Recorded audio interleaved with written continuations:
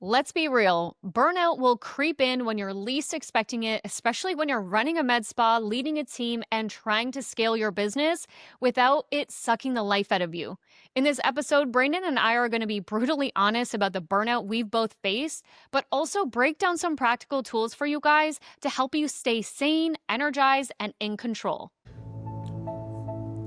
Welcome back to the Injectors Business Blueprint, the show where we talk about what it actually takes to run a med spa and an aesthetic practice, beyond just cute scrubs and Instagram reels. And I'm Brandon, Injector Med Spa founder, and yes, I still actually see patients. It's wild, right? And I'm Erin, business coach to med spa owners who are tired of guessing their way through growth. I've done it all, leading teams and running spas around the world, fixing all kinds of disasters. Now, I just help you avoid them. If you're here for fluff, feel-good quotes, or business advice from someone who hasn't held a syringe since Botox was just introduced, you're in the wrong place. So, guys, we're pulling back the curtain, pouring our metaphorical glass of wine, and talking real strategy, real team drama, and how to actually build a $1 million practice that doesn't break you. So, let's get into it. Hey guys, welcome back to another episode of the Injectors Business Blueprint. You're here with Brandon and Erin. Hi. Hello. It's been like a week, even though it feels like, I don't know. I think the weather in Pennsylvania, it's literally been raining for the past 4 months. I saw this meme on Instagram that encompasses weather perfectly, but it's so dreary. I don't feel like we're actually more than halfway through June now. It's been a very odd time for, I don't know, my mood and the season and just summer. It's just all weird. Honey, I feel you. It's like we're in June now. And also sidebar, that's why I left Canada. In Toronto, there's literally 8 weeks of summer and it's cold. I would never wear shorts. But aside from that, I totally feel the heaviness of where we're at in the year. And I say heaviness because I feel like the first half of the year has been such a sprint, not just for me personally in my business, in my personal life. I just feel like in general, people have such high hopes, high expectations, big ambitions. And it's you get through Q1 and then you're excited for Q2 where you're okay, now some bigger months are coming, busier times are coming. And we totally forget about kind of that mid-year burnout feeling or that weight of oh my God, we're already through half of the year. What am I doing? I'm exhausted. I feel like a hamster on a wheel, So it's really interesting that you're it feels weird. It's maybe for you, you're feeling a little bit like Groundhog Day just with all the rain and the dreariness. Certainly for me, in my personal life, a lot has been going on. A lot has been happening. And as you know, as business owners, you have to figure out ways to not burn out when you've got things happening in real life. You've got things happening in your business and trying to be present for it all, trying to make it all work, trying to make sure you hold space for others, hold space for yourself. And sometimes what we do is leave ourselves last. Absolutely. And certainly that's been the case for me the last, I want to say 6 weeks. And I think it's so timely that we, just talk openly about the burnout, about, sometimes injectors don't really feel like they're going to make it 3 years in business or 2 years in business because they're going at a pace that just is not sustainable. Absolutely. I think sometimes there's a culmination of things as to why that burnout can be so real, right? It's unrealistic expectations. It's not enough research was done. If it's an injector in a med spa, maybe they didn't have a book coming in and they're getting discouraged because they don't have patients in the chair, or, there's so many other extenuating circumstances that can kind of compound to make that burnout feel so real. And it's sometimes a little daunting and hard to not get stuck in it. Well, here's the thing that I see a lot is, especially, and you're probably someone like this because I used to be someone like this, that's I have to do it all myself because I can rely on me. I trust me. I won't drop the ball. If I give it to someone else, they're not going to do it as good, as fast. And so I see that a lot where, especially if you're starting out, it's like, okay, well, I have to do all the things. I have to wear all the hats. And until I hit a certain revenue number or whatever, I can't hire help. I can't afford help. Not really realizing that it's costing so much more than just money. It's costing, your mental, emotional, spiritual, not to mention your physical health in the meantime. And again, just like for me personally, I sometimes also forget. It's like I teach this stuff all day, every day to my clients about operations and how they're going to move out of the treatment room and, implementing systems and installing all of these things so that they can work more on their business instead of in their business. They create more freedom. But like, I'm human and I forget this shit too, or I put others ahead of my own well-being or whatever I feel I need to be doing. And I take the focus off of my own health. And then I start to feel burnt out. Absolutely. It's hard to relinquish that control with some things, whether it's having that personal touch or, making sure that brand influence is infused in the marketing and all that kind of stuff. And it's hard because, especially for me being a new business owner and not having funds to necessarily, pay for all those branded t-shirts or the marketing company or this, that, and the other thing. It's a constant battle in my head to be like, is my time better served completing this task? Or is that kind of like, I forget what the economic term, the cost opportunity of time or something like, is that X amount of dollars I would spend per hour better suited for me paying for it, even though I don't have it, just hoping that effort that's done by someone who knows what they're doing will give me that return on investment that at least meets, if not hopefully exceeds what I put in to increase that ROI. But no, it's hard because, I do feel like I'm juggling all the things right now, and it's hard to to take time for yourself, like you said, and make sure that you're exercising and drinking enough water and not eating these little peach things from the dollar store because they're so good, and drinking my, fourth cup of coffee for today. But I also do say I don't do as I say, or do as I say, not as I do. So, there's that too.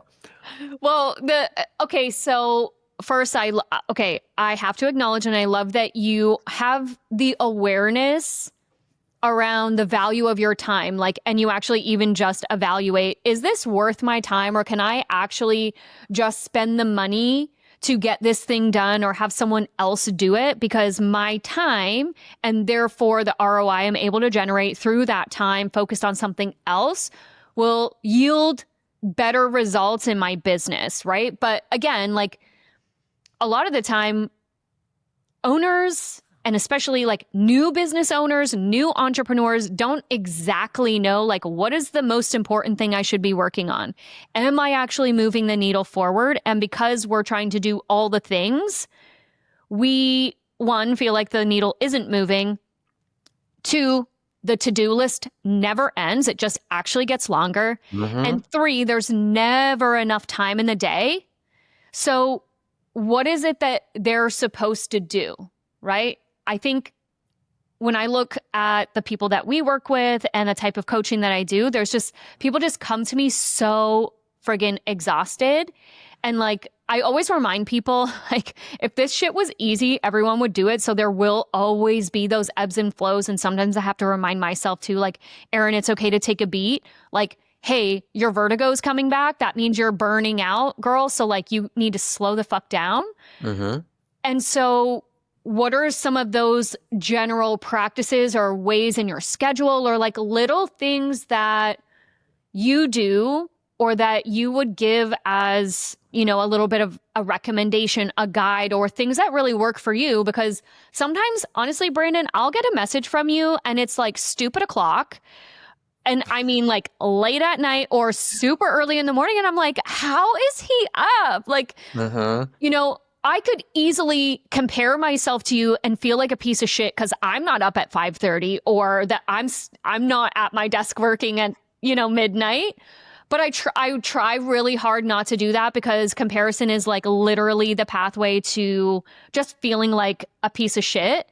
Mhm. And also, we don't really know. We're not ever comparing apples and apples. So honestly, guys, don't do it. It's just like going to end up not good for anyone.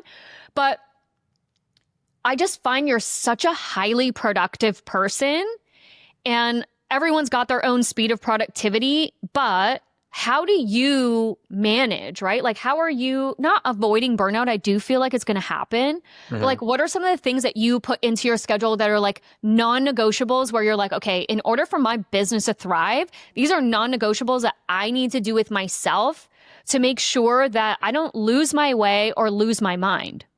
No, that's a great call out, because I'm glad that it seems like I have everything together and I'm very highly productive, but there's times when I'm not. Like I have terrible ADHD, but I know enough about me and the way that I operate after many like trial and errors of things to like try to manage my time better. Is number one, I did not let my clinical schedule impede my life or let it just rule me. So in the first couple months, I did kind of just open up my days to see what would hit.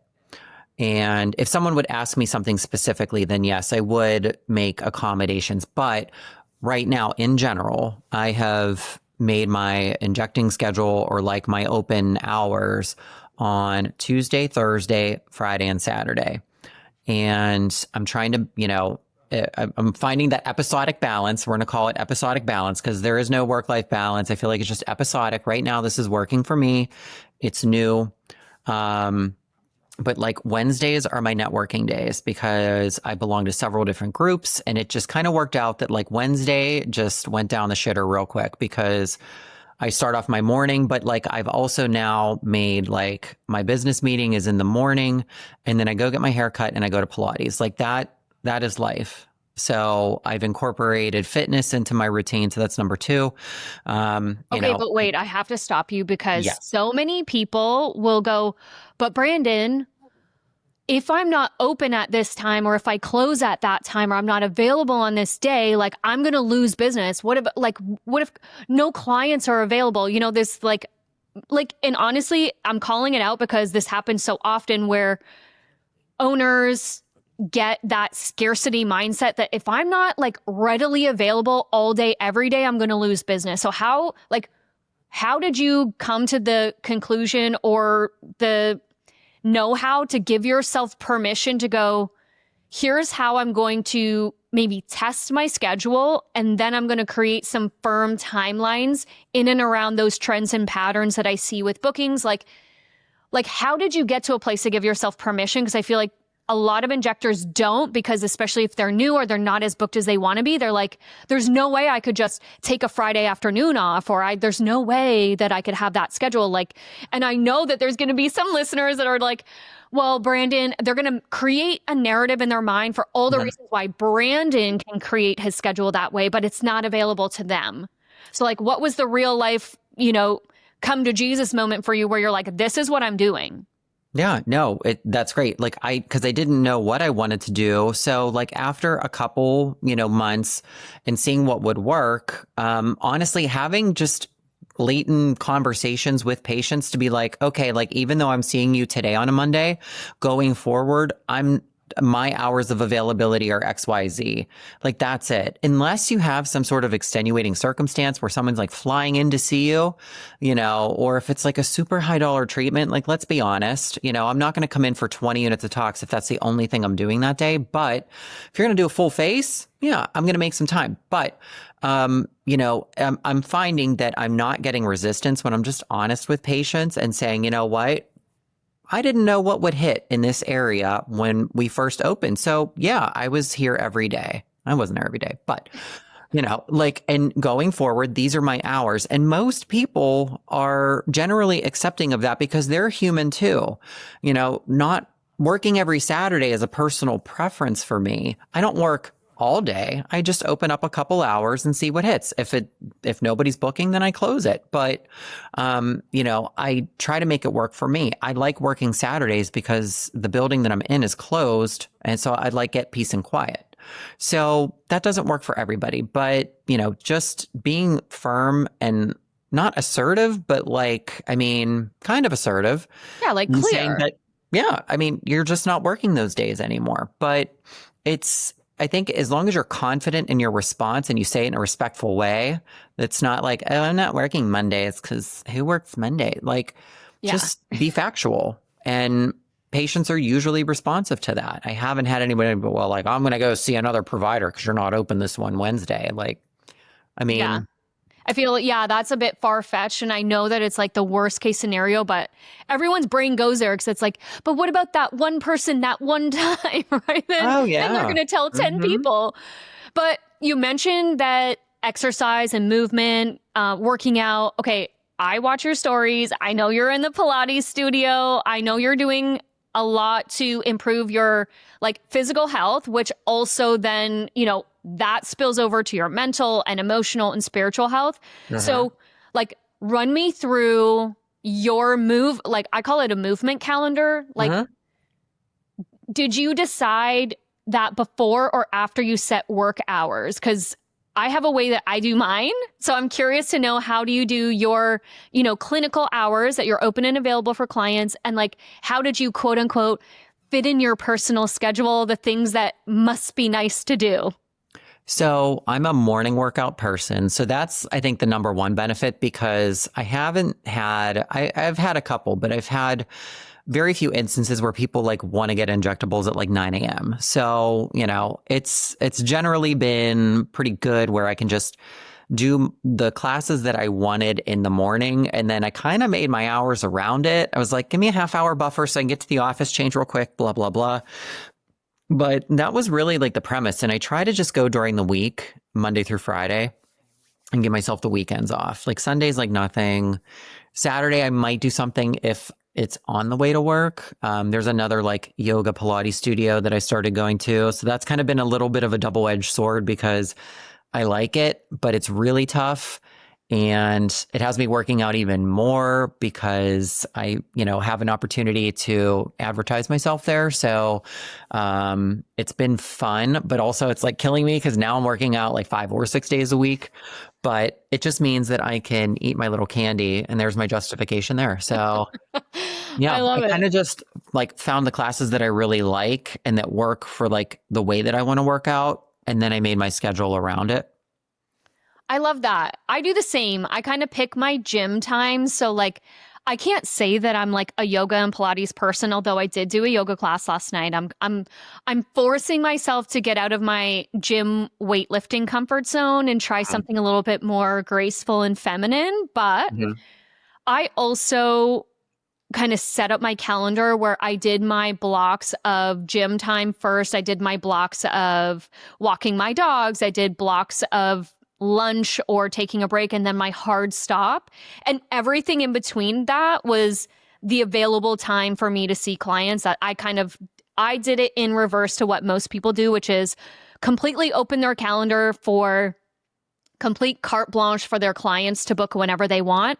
And then hoping that they're going to stuff in a workout or time with their partner, or time with their children, or even just time for themselves to journal or watch a show or whatever it is.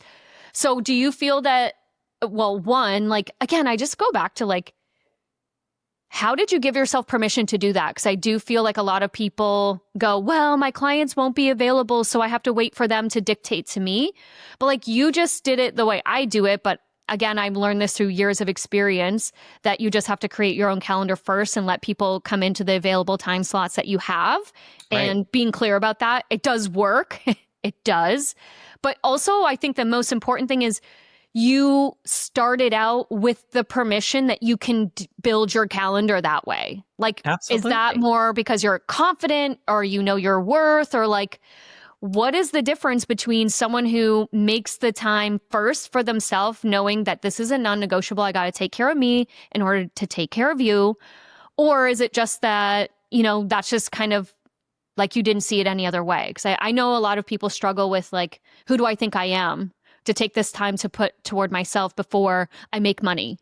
Well, I think it's like age and confidence, right? Like I'm 40, like I don't give many Fs anymore. And I mean, maybe I have lost a little bit of business because of it, but I truly believe that everything happens for a reason, you know that. And I have put myself not last, but not first for so long that life is short and I don't have the opportunity to like keep putting myself not first. So, I mean, people are going to live. We're not doing emergency medicine. Unlike the old Britney Spears song, I am not a slave for my patients, you know, because I didn't come into this industry or start this endeavor to work 80 hours a week clinically. I mean, I work all the time in my head, but like I didn't want to like work 7 days a week, like being physically on site. So I think it's just that confidence to say, you know what, these are my hours and you know, you need to make an appointment within those kind of guidelines, because if you know, let the dam go, then it's just a free for all and you're not managing your time well. You have huge gaps, or what I hate and affectionately call the bookend days, where you have someone at like 9 and 4 and it's like, okay, well, what do you do between 10 and 4? Like, this is fun. So, you know, those days do happen. It did happen actually this week, but you know, then I kind of look at that day and restructure my mindset and say, okay, like I'm going to do more admin stuff or content. So I use my time efficiently, or take an opportunity to do something different to kind of prevent from that burnout. Like go visit a local business, or, you know, just take an employee out to lunch, like stuff like that, that you don't always have that time for. Sometimes that's more important than having a booked patient, in my opinion. So that's an interesting one, because I was then going to ask you, you've got your clinic hours so that, you know, if I visit your website or I want to, you know, come in for a treatment, I know when you're in the clinic, but we both know that burnout normally doesn't happen just from in the clinic stuff or just seeing the client's stuff. It's all the other things that are on your plate, like admin, like creating social media, like going to events, creating your own events, hiring, firing, developing, menu, like all of the other things that it takes outside of just the patient, client experience, but all those other things. And for me, I love like the easiest part of what I do is seeing clients. That's the easiest part. And it does take a lot of energy, which I love. And a lot of the time I get off a call and I feel more energy. So like my burnout usually comes from like the pile up of all of those things that I mentioned that are outside of seeing the patient, seeing the client. So for you, like if we were to take a glimpse into your calendar, like do you time block for those things? Like what is the system that you use to manage, again, so that you don't have burnout on a regular basis, you don't resent your business, you still love it, you still actually get shit done, but also that you're not 100% sacrificing your mental health? I've tried time blocking. Like I'm a very visual person. So I think understanding like the way that you learn and the way that you kind of get like self-satisfaction is like step number one. Like I like checking things off of a list. So time blocking for me, I tried it a couple times. It just never works out.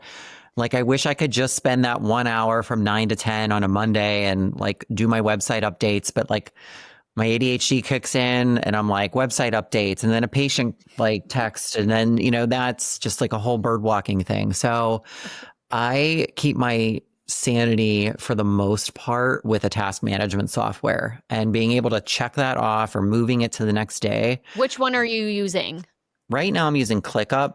Okay. It's okay. I'm not 100% in love, but like it helps me. Another one I've used in the past is Asana, and I really love Asana.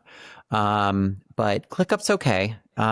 It's very project management-y. It has like almost too much that I wish I could hide, but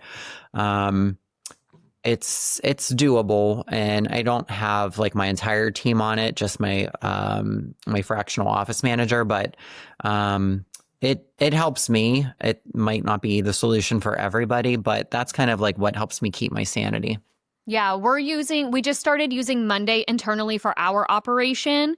Like, I'm so old school. Like, I literally, when I moved, I have an entire tote of old work Aw, notebooks because good like deal. that's me. Hmm. It's how I ran my entire schedule. Like, I always had full autonomy to do what I needed to do within the hours that I was at work when I was Hmm. a director.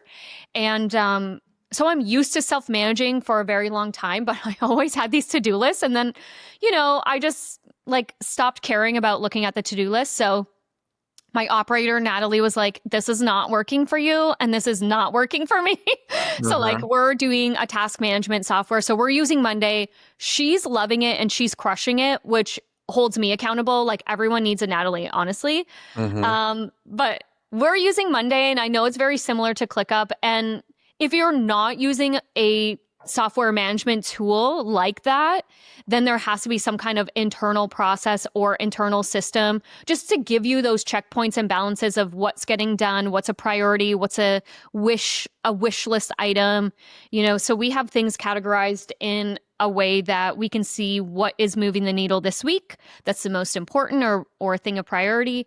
So I love that you're using that for yourself and you hold yourself accountable to like enter it and tick it off. Hmm. Um, so aside from the clinic hours and kind of all of your to-do lists and things like that, in general, we see that 18 months to 2 years, a lot of injectors are like, I can't keep going at this pace. I'm burnt out. I'm not loving my business anymore. Like, what?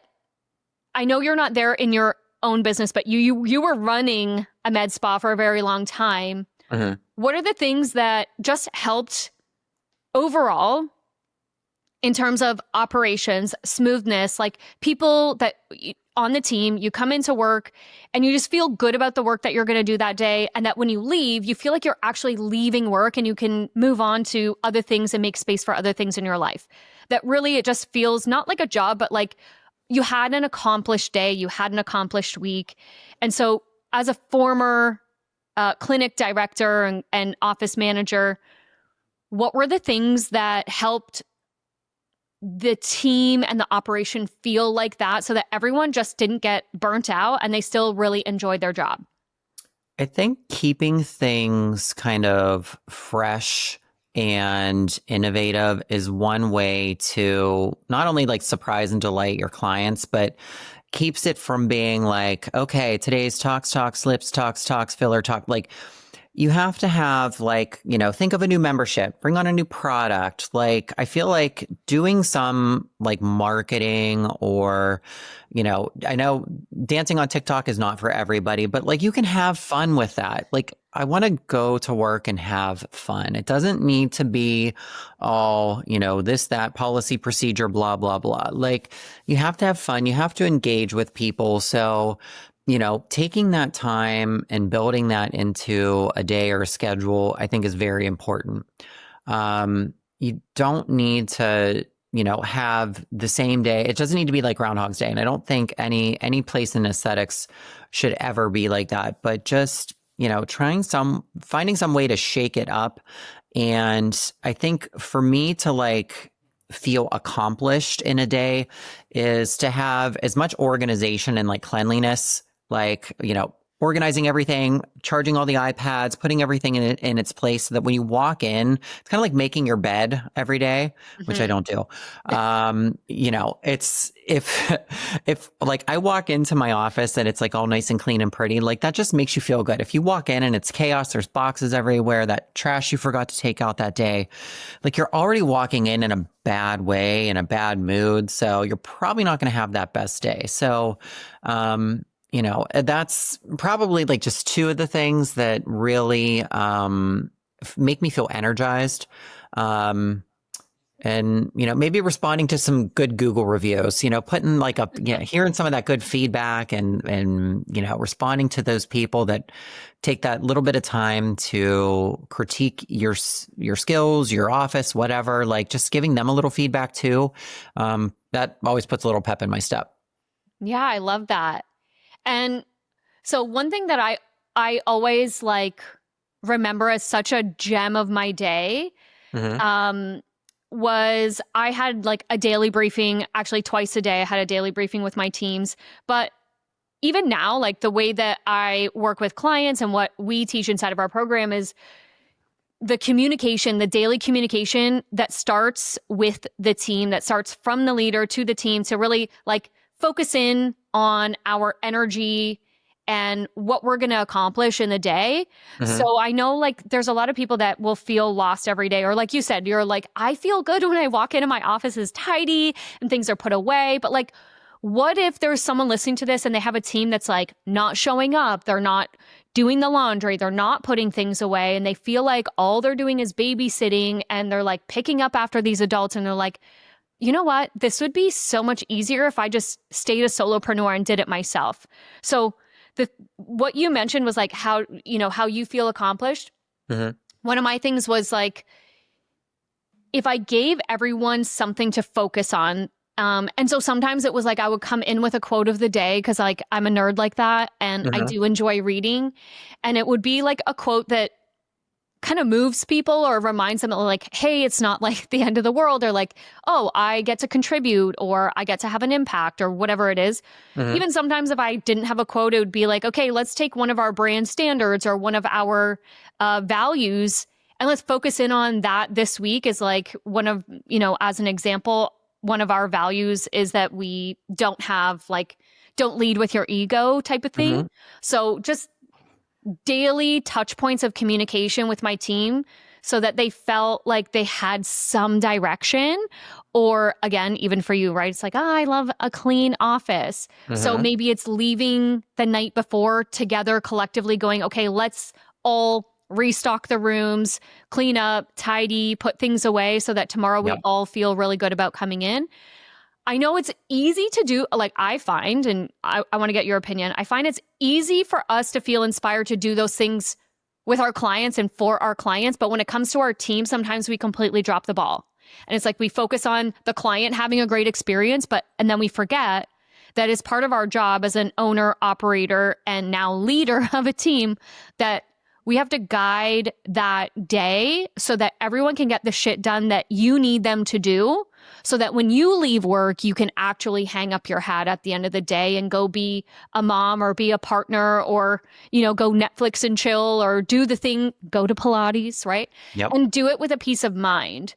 So I don't know that I actually have a specific question for you, but it's more like, it's easy to do those things for clients, but like, is that something that you're like doing with your team right now, where like, do you do a daily communication with them? Like, how does that work for you? I don't see them every day. I have 2 part-time injectors. So they're there 2 days a week, and it's not necessarily the same 2 days that I'm there. Sometimes all 3 of us are there. So I think it's like little things like, just getting a Starbucks that they didn't ask for, like stuff like that, and checking in, and not just about work. Like, how's the kids? How's your husband? What's going on in life before you like dive right into business, because we can talk about all the ways we can do this, that, and the other thing, ad nauseum. But like, how are you as a human before we get into like, how are you as an employee of Empower Aesthetics? So I think just like, making sure that you remember that you're human and not a robot that injects stuff is very important. No, I love that. I used to do, not donuts, but something like donuts. I do pastries and stuff for my team on a Saturday because we would have about 80 or 100 appointments. And then, I'd be like, listen, guys, I know today you're going to like give your all, you're going full throttle. So because of that, I know many of you are going to skip your lunch. And so here I got you guys all snacks just to show like little tokens of appreciation. And also like that gasses them up to go like, yeah, fuck yeah, today's going to be an amazing day. But like right now, if there's someone listening to this, they're like, okay, guys, sounds nice, but like, how do I implement this stuff? Because like, I'm ready to quit. I want to close the doors. I want to fire everyone. I want to give up because I'm so burnt out. I'm so overwhelmed. I'm so tired. It's like 6 months into the year. I don't think I've got it in me to finish the next 6 months if the next 6 months looks like this. What are some of the things that you or me that we can share with them that's like, one, don't give up, okay? Because there's so many resources and tools out there. But like, what are some of the big things for you that if you're starting to feel that way and you're on the verge of burnout, wanting to like just actually like you're feeling burnt out so much so that you're ready to light a match and like torch the place so that you don't have to go back? What is your word of advice or like key guide that if someone's like at their wit's end right now? I think if you have someone, and it doesn't need to necessarily be someone in the aesthetics industry, but another small business owner, like we all have the same similar problems. They're not exact, but like, you know, customer service is customer service. We're performing services. Like you can relate to somebody else. So having someone to kind of not like bitch at, but like commiserate with, like, is always a good thing, because if someone is struggling nearby as well, you might be able to help them by you voicing your concerns, but it's always good to talk to somebody else. If you have somebody in the industry that you can trust, that's even better. Cause usually it's like, you know, I bitch about this. Oh yeah, same girl, same. And you know, trends are happening, right? Like certain things are down, certain things are stable, but you know, certain factors affect us all, but it's, you know, easy to relate to somebody else in the industry. If not, I've, you know, some reps have caught me on a bad day. I remember recently I did have a nice conversation with a rep and I was, you know, woe is me, blah, blah, blah. But like after I think I voiced it to the world or just like went into the universe, things got better. So maybe it's just, you know, saying stuff out loud. I mean, you could scream in a pillow in your car too. I've done that once or twice. You know, that's probably not the most healthy, but sometimes it is. I love that. You know, but I think it's just kind of talking about it, not letting it fester. And if it's like truly that bad and like you're really like ready, it's probably time for a vacation, or at least just like time away where you're not sitting there doing the same thing that isn't getting you anywhere. I think getting a clear head, taking a trip, vacation, if you can, whatever, like to clear your head does wonders. Yeah. Yeah. Allow yourself some time off, some time away. And if time off and time away is even a block of 3 hours, but sometimes we all just need like just even a break from our own life. It's like, I just need to not be whatever title, right? Business owner, manager, mom, wife, whatever it is like, I just need to not be that and just be Erin for the next 3 hours, or just be nothing for the next 3 hours. Like, give me that. So a lot of what I heard you say as a common thread to not avoiding burnout, I feel like we're all eventually, we all kind of go into overdrive and we're entrepreneurs because like, we're just high achievers. So I don't think that we're ever going to avoid it, but starting to recognize the behaviors and patterns that happen to you leading up to that are super important. And so a common thread I heard you say over and over again, which I think is so important for people to focus on, was knowing yourself, knowing when you can work, when you cannot work, having those really clear boundaries for yourself. So again, for me as an entrepreneur, but even in a leadership role for so long, the self-development, really taking the time to understand, like, when do I thrive? How do I thrive? What really makes me feel switched on and focused, and what really like drains my energy, so that I can set up a schedule, a lifestyle, and surrounding things that contribute to my overall daily life that really support the ways that work for me, the way I like to work. And you did mention that balance looks different for everyone. I agree with that as well. Nothing is equal for anyone. And that's a really important point that you've taken the time over the years. And, you know, we're a similar age. I'm just Mm-hmm. slightly older. Yep, we're like 20. But the thing is, like, knowing yourself, like, when are you most productive? Just because everyone says 5 a.m. club does not mean that you have to be up at 5 a.m. So, like, I admire that I get messages from you at 5:30 in the morning. But, I'm like, sorry. I'll start schedule sending them for later. I have my phone on. I have my phone on D&D. Don't get me wrong. Like, I have safe boundaries for myself too. But like, I know that I'm not a 5 a.m. club and I can still make bank. I can still be successful, right? And some people, like, I'm not a night owl either. I used to be. But then there's other people who are like, oh yeah, my best work happens at 1, 2 a.m. And that's okay as well. Right. Again, just that common thread you mentioned is like knowing yourself, knowing what works for you, your personal non-negotiables that make you feel like you can show up as your best self to serve people. Because let's get real, you can't give from an empty cup. Right. That was like a common thread I heard over and over again. So last thing I want to ask you before we wrap up is, how do you get to know yourself enough to know what's working and not working? Trial and error, baby. I know when I force myself to do things that I mentally know that I don't want to do, especially with social media, it comes off inauthentic. It's very robotic. I don't enjoy it. And that's like the number one thing I know. Like, if I am not in a mood to record something that day, it's not worth recording at all. And I just know that. And I used to force myself and it would take so long and then I would just critique it, as opposed to when I was like energized, like physically, mentally, emotionally to like do something, then I know that it's coming across and it will probably resonate better than when I try to force it. So it's really just been a lot of trial and error. Yeah. So really what you're saying is like you do things and then you measure, like, did I like that? How did that feel? Mm-hmm. Did that feel good? Did I feel aligned? Did I feel like that was, more difficult than it had to be? So just also, and we do something inside of our program where we have people do a time audit so that we can see what are the trends and patterns of how you spend your time or when you're most productive, because a lot of us aren't really even aware, and it can shift and change. I used to be more productive at night and now I'm more productive in the morning. It's just how I am now versus before. Yeah, and that's okay. I used to be a night owl. Yeah. I miss it. But now, like, if I could program myself, I would probably wake up at 4 every day, go back to bed at 8 for like 45 minutes. Cause I'm that one person. I don't know if you're like this. Like, can you take like a 20-minute nap and you're like, it's a whole new world? 100%. Yep. Yeah. Love I can do that all the time. I sleep in my car more frequently than I care to tell you. People probably think I have like a homeless issue, but that's just me. Like, I love a 20-minute like afternoon nap. Like, it's just how I operate. I don't know.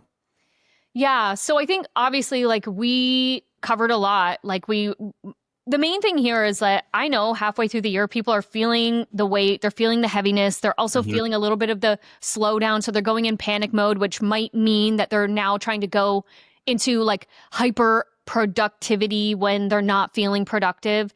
And we want you guys to like avoid that burnout as much as possible, or at least install systems or things in your calendar, in your daily life that help you move through the day in a way that feels productive for you, and to not compare, because like your calendar looks very different from my calendar, but we're equally productive and successful and we're going after different things. But I think also we've got each other to cheer each other on. We have a sense of community. So overall, it's like finding that balance for yourself, what's working, what's not working, listening to your deeper intuition, measuring how you feel, what lights you up and what drains your energy, and using resources and support systems that actually help move you through the day so that you don't feel like everything is just on you.